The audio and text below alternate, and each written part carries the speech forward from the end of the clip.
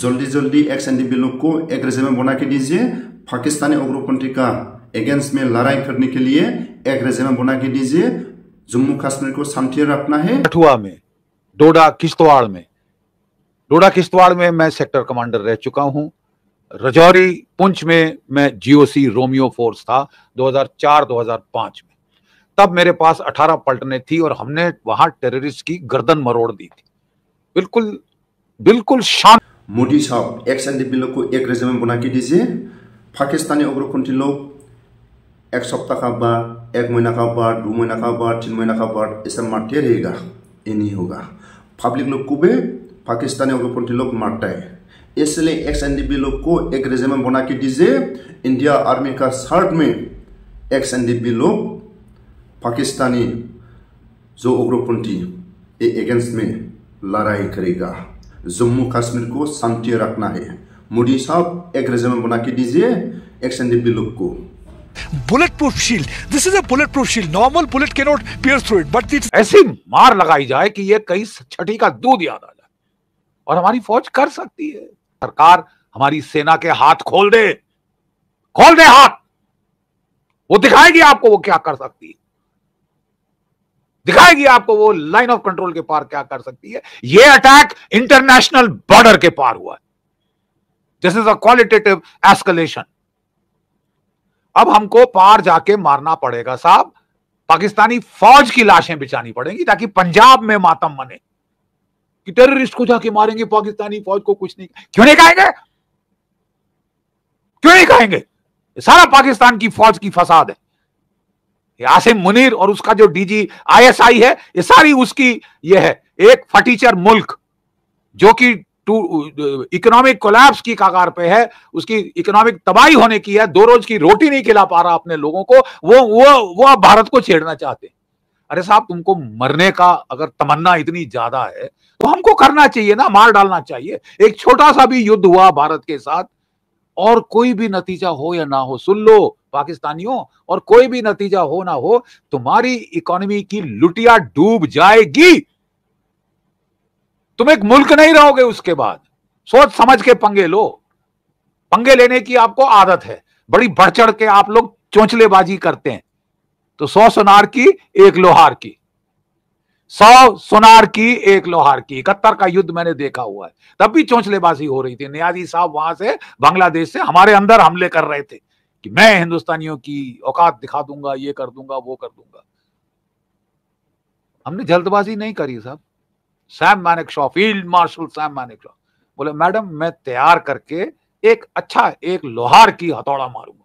मोदी साहब जो पाकिस्तानी उग्रपंथी लोग इंडिया आर्मी को 5 मारा है, ये अगेंस्ट में पाकिस्तानी उग्रपंथी लोग को 500 मारना है। पाकिस्तानी उग्रपंथी का जो उग्रपंथी ये अगेंस्ट में लड़ाई करने के लिए XNDP लोग को एक रेजिमेंट बना के दीजिए। XNDP लोग को इंडिया आर्मी में भर्ती करो, एक रेजिमेंट बना के दीजिए। इंडिया आर्मी का साथ एक साथ में रहेगा। और जल्दी जल्दी XNDP लोग को एक रेजिमेंट बना के दीजिए। पाकिस्तानी उग्रपंथी का अगेंस्ट में लड़ाई करने के लिए एक रेजिमेंट बना के दीजिए। जम्मू कश्मीर को शांति रखना है। इंडिया आर्मी का साथ में XNDP लोग एक साथ में रहेगा, एक साथ में पाकिस्तानी उग्रपंथी का अगेंस्ट में लड़ाई करेगा। और अभी उसने कोई 5-6 लाख और मोबिलाइज किए। तो क्या आप मतलब लड़ाई के दौरान मोबिलाइज करना चाहते हैं? मुझे समझ नहीं। आपकी स्टैंडिंग आर्मी थी, परफेक्ट आर्मी थी, it was giving you such good results all over. तो उसकी काटापीटी शुरू हो गई है साहब कि बहुत खर्चा हो रहा है। तो अभी 7 ITBP की नई बटालियंस खड़ी हो रही है, उन पे खर्चा नहीं हो रहा। नहीं, आप क्या कहना चाहते हैं? अब आप पुलिस प्रोटेक्शन देंगे आर्मी को? I mean I can't understand. आपको अपनी मैन पावर बढ़ानी होगी, पीरियड। अग्निवीर स्कीम पे भी अब सोच विचार किया जा रहा है, उसको भी आपको मेजर चेंजेस करने होंगे। नहीं तो ये जो आप गैप्स खोल रहे हैं, दुश्मन उसका फायदा उठाएगा। नंबर 1 चीज। नंबर 2 चीज, हम जब खासकर मैन पावर की किल्लत है तो हम रक्षात्मक होके क्यों लड़ रहे हैं कि बचाओ करो, अपनी तरफ करो। अरे साहब, मोदी 2.0 सरकार ने पहले सर्जिकल स्ट्राइक की थी, कई महीने पाकिस्तान चुप्पी साध के बैठा। फिर जब उसने फिर चुलबुली दिखाई तो हमने एयर स्ट्राइक करी 80 किलोमीटर अंदर बालाकोट में। और 200-250 टेररिस्ट वहां मारे थे। और 1-1.5 साल पाकिस्तान चुप रहा, रोता हुआ चीन की तरफ गया, मेरे आका मुझे बचाओ। और चीन ने फिर दबाव डालने की कोशिश करी लद्दाख में, उसको उल्टे बांस बरेली को पड़ गए। हमने पाकिस्तान को जब इतनी वारदातें हो गई हैं, मेरा सिंपल सीधा सवाल, आप रक्षात्मक होकर क्यों लड़ रहे हो? 4 साल से सीज फायर दिया हुआ है पाकिस्तान को। सीज फायर क्यों? सबसे अच्छा दोस्त है हमारा। What do they bloody need a cease fire for? अब समय आ गया है साहब कि इनको ऐसी मार लगाई जाए कि ये कहीं छठी का दूध याद आ जाए। और हमारी फौज कर सकती है, बशर्ते कि आप उसको बोले कि नहीं सिर्फ राइफल से लड़ोगे। भारी हथियार इस्तेमाल क्यों नहीं करेंगे वो रिपब्लिक डे परेड के लिए? मेरा विश्वास है कि अगर सरकार हमारी सेना के हाथ खोल दे हाथ, वो दिखाएगी आपको वो क्या कर सकती है, दिखाएगी आपको वो लाइन ऑफ कंट्रोल के पार क्या कर सकती है। ये अटैक इंटरनेशनल बॉर्डर के पार हुआ है। This is a qualitative escalation. अब हमको पार जाके मारना पड़ेगा साहब, पाकिस्तानी फौज की लाशें बिछानी पड़ेंगी ताकि पंजाब में मातम मने कि टेररिस्ट को जाके मारेंगे, पाकिस्तानी फौज को कुछ नहीं। क्यों नहीं कहेंगे? क्यों नहीं कहेंगे? ये सारा पाकिस्तान की फौज की फसाद है। ये आसिम मुनीर और उसका जो डीजी ISI है, ये सारी उसकी ये है। एक फटीचर मुल्क जो कि इकोनॉमिक कोलैप्स की कगार पे है, उसकी इकोनॉमिक तबाही होने की है, 2 रोज की रोटी नहीं खिला पा रहा अपने लोगों को, वो अब भारत को छेड़ना चाहते हैं। अरे साहब, तुमको मरने का अगर तमन्ना इतनी ज्यादा है तो हमको करना चाहिए ना, मार डालना चाहिए। एक छोटा सा भी युद्ध हुआ भारत के साथ और कोई भी नतीजा हो या ना हो, सुन लो पाकिस्तानियों, और कोई भी नतीजा हो ना हो, तुम्हारी इकोनॉमी की लुटिया डूब जाएगी। तुम एक मुल्क नहीं रहोगे उसके बाद। सोच समझ के पंगे लो। पंगे लेने की आपको आदत है, बड़ी बढ़ चढ़ के आप लोग चोंचलेबाजी करते हैं। तो 100 सुनार की 1 लोहार की, 100 सुनार की 1 लोहार की। 71 का युद्ध मैंने देखा हुआ है, तब भी चोंचलेबाजी हो रही थी। नियाजी साहब वहां से बांग्लादेश से हमारे अंदर हमले कर रहे थे कि मैं हिंदुस्तानियों की औकात दिखा दूंगा, ये कर दूंगा, वो कर दूंगा। हमने जल्दबाजी नहीं करी साहब। Sam Manekshaw, field marshal Sam Manekshaw बोले, मैडम मैं तैयार करके एक लोहार की हथौड़ा मारूंगा। 8 महीने लिए तैयारी की, 8 महीने, ठीक है। और उसके बाद 13 दिन में पाकिस्तान के 2 टुकड़े हो गए थे। 550 किलोमीटर हमारी फौजें पाकिस्तान के अंदर गई, ढाका की राजधानी पे कब्जा किया, 93,000 कैदियों ने आत्मसमर्पण किया। इस तरह हमने आंखों देखा और पाकिस्तान साउथ एशिया का नक्शा बदल गया। साहिबान, अब नक्शा बदलने का वक्त आ गया है। आप हाथ खोलिए अपने सशस्त्र सेनाओं के, हाथ खोल दीजिए प्लीज। ये गांधीगिरी बाद में होती रहेगी, कहीं और होती रहेगी। अब हाथ खोलने का समय आ गया है और करारी मार लगाने का समय आया है, क्योंकि लातों के भूत बातों से नहीं मानते। अभी खबर आई है कि हमारा एक आर्मी का पेट्रोल जो गाड़ियां जा रही थी, उनके ऊपर टेररिस्ट ने मछोड़ी के इलाके में, जो कि कठुआ से 150 किलोमीटर इस तरफ है और घना जंगल का इलाका है, वहां पे टेररिस्ट ने एम्बुश लगाया था और सडनली फायर खोला, जिसमें कि हमारे 4 जवान शहीद हुए हैं, 6 के घायल होने की खबर आई है। एकदम काउंटर एक्शन लिया हमारे जवानों ने, उन्होंने टेररिस्ट पे फायर किया जो कि वहां से भाग गए हैं। और ये अभी प्रिलिमिनरी रिपोर्ट्स हैं, डिटेल्स अभी तक आए नहीं हैं। मैं बड़ी देर से कह रहा हूं कि देखिए, हमारा जमावड़ा ट्रूप्स का और CPOs का कश्मीर की वादी में बहुत हमने अच्छे तक बढ़ा दिया है, जिसकी वजह से वहां पे इक्के दुक्के इंसिडेंट्स ही हो रहे हैं। टेररिज्म का तकरीबन जो है केंटवा दबा दिया गया है, कमर तोड़ दी गई है।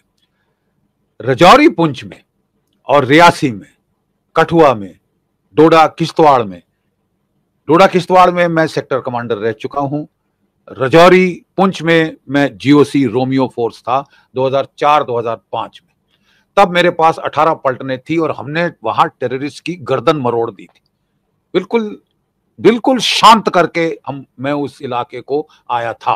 मुझे बड़ा फक्र है, बड़ा गर्व है कि मेरे 1.5 साल के अंदर वहां पे आतंकवाद की कमर तोड़ दी गई थी।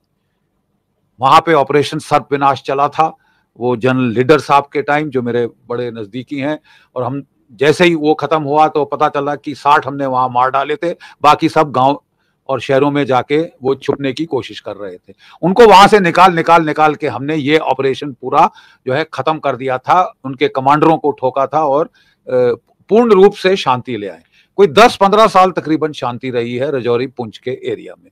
क्वाइट ऑब्वियसली जब शांति होती है तो ट्रूप्स वहां से हटा लिए जाते हैं और जगह भेज दिए जाते हैं। मसलन की जो यूनिफॉर्म फोर्स जो रियासी में था, जो उधमपुर के इलाके में था, उसको हटा के जब चीन ने लद्दाख में तेवर बदले, आक्रामक तेवर दिखाए, तो उसे वहां भेज दिया गया। नतीजन एक गैप था रजौरी, पुंछ, रियासी, कठुआ और इस इलाके में, जहां ट्रूप डेंसिटी ऑब्वियसली कम कर दी गई थी, क्योंकि वहां कमर तोड़ दी गई थी आतंकवाद की 2004-2005 में, 10 साल पहले। विद कॉम्बिनेशन की फेंस बन गया, सर्पनाश हुआ, फिर हमारे ऑपरेशंस हुए और टोटल इनको मतलब खलास कर दिया था हमने, और पूर्ण शांति आ गई थी। लोग पिकनिक शिकनिक जा रहे थे वहां पे सिविलियन, और सब इनके आतंकी इंसिडेंट्स खत्म कर दिए थे, खलास। 10-15 साल ऐसा रहा, लोग निश्चिंत हो गए और वहां से ट्रूप्स हटा दिए गए, गैप बना, दुश्मन ने देखा, अब वो पूरा फायदा उठाने की कोशिश कर रहा है।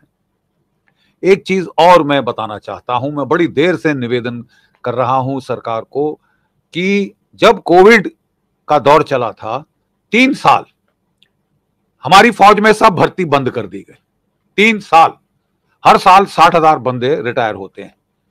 मतलब कि 3 साल के अंदर हमने 1,80,000 भारतीय सैनिक खत्म, खलास, कम कर दिए। अब साहब मुझे समझ नहीं आ रहा, हमारे खतरे बढ़ रहे हैं चीन के साथ, पाकिस्तान के साथ, तो हम ये फौज को काटने का ये क्या भूत सवार हो गया है, मुझे समझ नहीं आता इसकी वजूहत क्या है। कि बहुत बड़ी फौज है, बहुत भत खा रही है, थूक लगा रही है सरकार को, लड़ रहे हैं आपके लिए, मर रहे हैं, थूक नहीं लगा रहे। और जब खतरे बढ़ रहे हैं हम अपनी मैन पावर काटनी शुरू करें, जबकि हमारी सारी लड़ाई चीन के साथ अगर होती है तो हिमालय के पहाड़ों में होगी, पाकिस्तान के साथ होती है तो फिर पूरा कश्मीर में सारे जो पहाड़ हैं, लो हिल्स हैं, जंगल्स हैं, वहां पे होगी। माउंटेन्स ईट अप ट्रूप्स। अगर नॉर्मल हमले के लिए 1/3 की रेशियो चाहिए, 1:3, पहाड़ों में 1:10 की रेशियो चाहिए। आपको पहाड़ों में लड़ना है, then you need to increase man power. हम बातें बड़ी बड़ी कर रहे हैं, लेकिन वहां पे दूसरी तरफ फौज काट रहे हैं। हमें बोला जा रहा है कि बहुत खर्चा हो रहा है मैन पावर पे, हम हथियार खरीदना चाहते हैं। तो क्या रूस के पास कोई हथियारों की कमी थी साहब? रशिया यूक्रेन का युद्ध ट्रेलर आपकी आंख के सामने चल रहा है, आप क्यों नहीं उसको देखते? हम हथियार रूस से ले रहे हैं, हथियार की कोई कमी नहीं है रूस के पास, मैन पावर की किल्लत थी। और जब तक उसने मैन पावर नहीं बढ़ाई, उसके बुरे हाल हो गए थे। 3 लाख उसको मोबिलाइज करने पड़े लड़ाई के दौरान, और अभी उसने कोई 5-6 लाख और मोबिलाइज किए। तो क्या आप मतलब लड़ाई के दौरान मोबिलाइज करना चाहते हैं? मुझे समझ नहीं। आपकी स्टैंडिंग आर्मी थी, परफेक्ट आर्मी थी, it was giving you such good results all over, तो उसकी काटापीटी शुरू हो गई है साहब कि बहुत खर्चा हो रहा है। तो अभी 7 आईटीबीपी की नई बटालियंस खड़ी हो रही है, उन पे खर्चा नहीं हो रहा। नहीं, आप क्या कहना चाहते हैं? अब आप पुलिस प्रोटेक्शन देंगे आर्मी को? I mean I can't understand. आपको अपनी मैन पावर बढ़ानी होगी, पीरियड। अग्निवीर स्कीम पे भी अब सोच विचार किया जा रहा है, उसको भी आपको मेजर चेंजेस करने होंगे, नहीं तो ये जो आप गैप्स खोल रहे हैं, दुश्मन उसका फायदा उठाएगा। नंबर 1 चीज। नंबर 2 चीज, हम जब खासकर मैन पावर की किल्लत है तो हम रक्षात्मक होके क्यों लड़ रहे हैं कि बचाओ बचाओ करो, अपनी तरफ करो? अरे साहब, मोदी 2.0 सरकार ने पहले सर्जिकल स्ट्राइक की थी, कई महीने पाकिस्तान चुप्पी साध के बैठा। फिर जब उसने फिर चुलबुली दिखाई तो हमने एयर स्ट्राइक करी 80 किलोमीटर अंदर बालाकोट में, और 200-250 टेररिस्ट वहां मारे थे। और 1-1.5 साल पाकिस्तान चुप रहा, रोता हुआ चीन की तरफ गया, मेरे आका मुझे बचाओ। और चीन ने फिर दबाव डालने की कोशिश करी लद्दाख में, उसको उल्टे बांस बरेली को पड़ गए। हमने पाकिस्तान को जब इतनी वारदातें हो गई हैं, मेरा सिंपल सीधा सवाल, आप रक्षात्मक होके क्यों लड़ रहे हो? 4 साल से सीज फायर दिया हुआ है पाकिस्तान को, सीज फायर क्यों? सबसे अच्छा दोस्त है हमारा। What do they bloody need a cease fire for? अब समय आ गया है साहब कि इनको ऐसी मार लगाई जाए कि ये कहीं छठी का दूध याद आ जाए, और हमारी फौज कर सकती है, बशर्ते कि आप उसको बोले कि नहीं सिर्फ राइफल से लड़ोगे, भारी हथियार इस्तेमाल क्यों नहीं करेंगे वो रिपब्लिक डे परेड के लिए। मेरा विश्वास है कि अगर सरकार हमारी सेना के हाथ खोल दे हाथ, वो दिखाएगी आपको वो क्या कर सकती है, दिखाएगी आपको वो लाइन ऑफ कंट्रोल के पार क्या कर सकती है। ये अटैक इंटरनेशनल बॉर्डर के पार हुआ है। This is a qualitative escalation. अब हमको पार जाके मारना पड़ेगा साहब, पाकिस्तानी फौज की लाशें बिछानी पड़ेंगी ताकि पंजाब में मातम मने कि टेररिस्ट को जाके मारेंगे, पाकिस्तानी फौज को कुछ नहीं। क्यों नहीं कहेंगे? क्यों नहीं कहेंगे? सारा पाकिस्तान की फौज की फसाद है। आसिम मुनीर और उसका जो डीजी आईएसआई है, ये सारी उसकी ये है। एक फटीचर मुल्क जो कि इकोनॉमिक कोलैप्स की कगार पे है, उसकी इकोनॉमिक तबाही होने की है, 2 रोज की रोटी नहीं खिला पा रहा अपने लोगों को, वो अब भारत को छेड़ना चाहते हैं। अरे साहब, तुमको मरने का अगर तमन्ना इतनी ज्यादा है तो हमको करना चाहिए ना, मार डालना चाहिए। एक छोटा सा भी युद्ध हुआ भारत के साथ और कोई भी नतीजा हो या ना हो, सुन लो पाकिस्तानियों, और कोई भी नतीजा हो ना हो, तुम्हारी इकोनॉमी की लुटिया डूब जाएगी। तुम एक मुल्क नहीं रहोगे उसके बाद। सोच समझ के पंगे लो। पंगे लेने की आपको आदत है, बड़ी बढ़ चढ़ के आप लोग चोंचलेबाजी करते हैं। तो 100 सुनार की 1 लोहार की, 100 सुनार की 1 लोहार की। 71 का युद्ध मैंने देखा हुआ है, तब भी चोंचलेबाजी हो रही थी। नियाजी साहब वहां से बांग्लादेश से हमारे अंदर हमले कर रहे थे कि मैं हिंदुस्तानियों की औकात दिखा दूंगा, ये कर दूंगा, वो कर दूंगा। हमने जल्दबाजी नहीं करी साहब।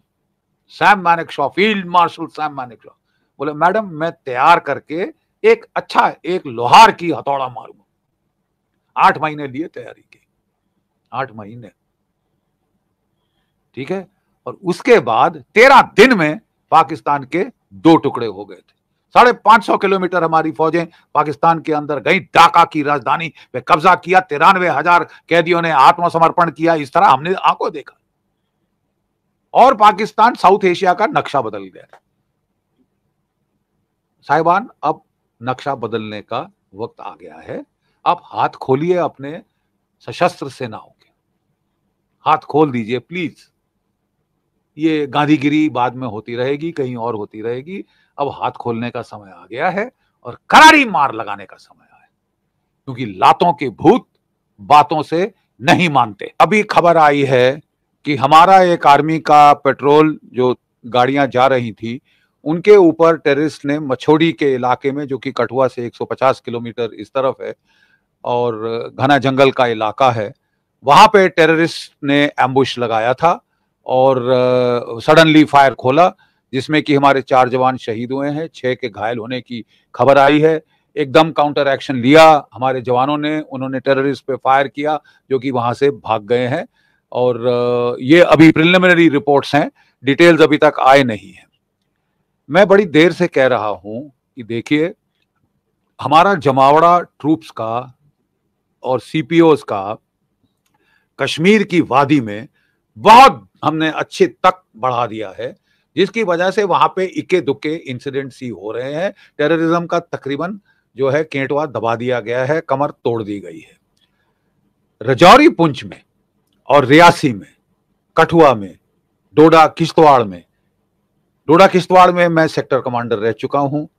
रजौरी पुंछ में मैं जीओसी रोमियो फोर्स था 2004-2005 में।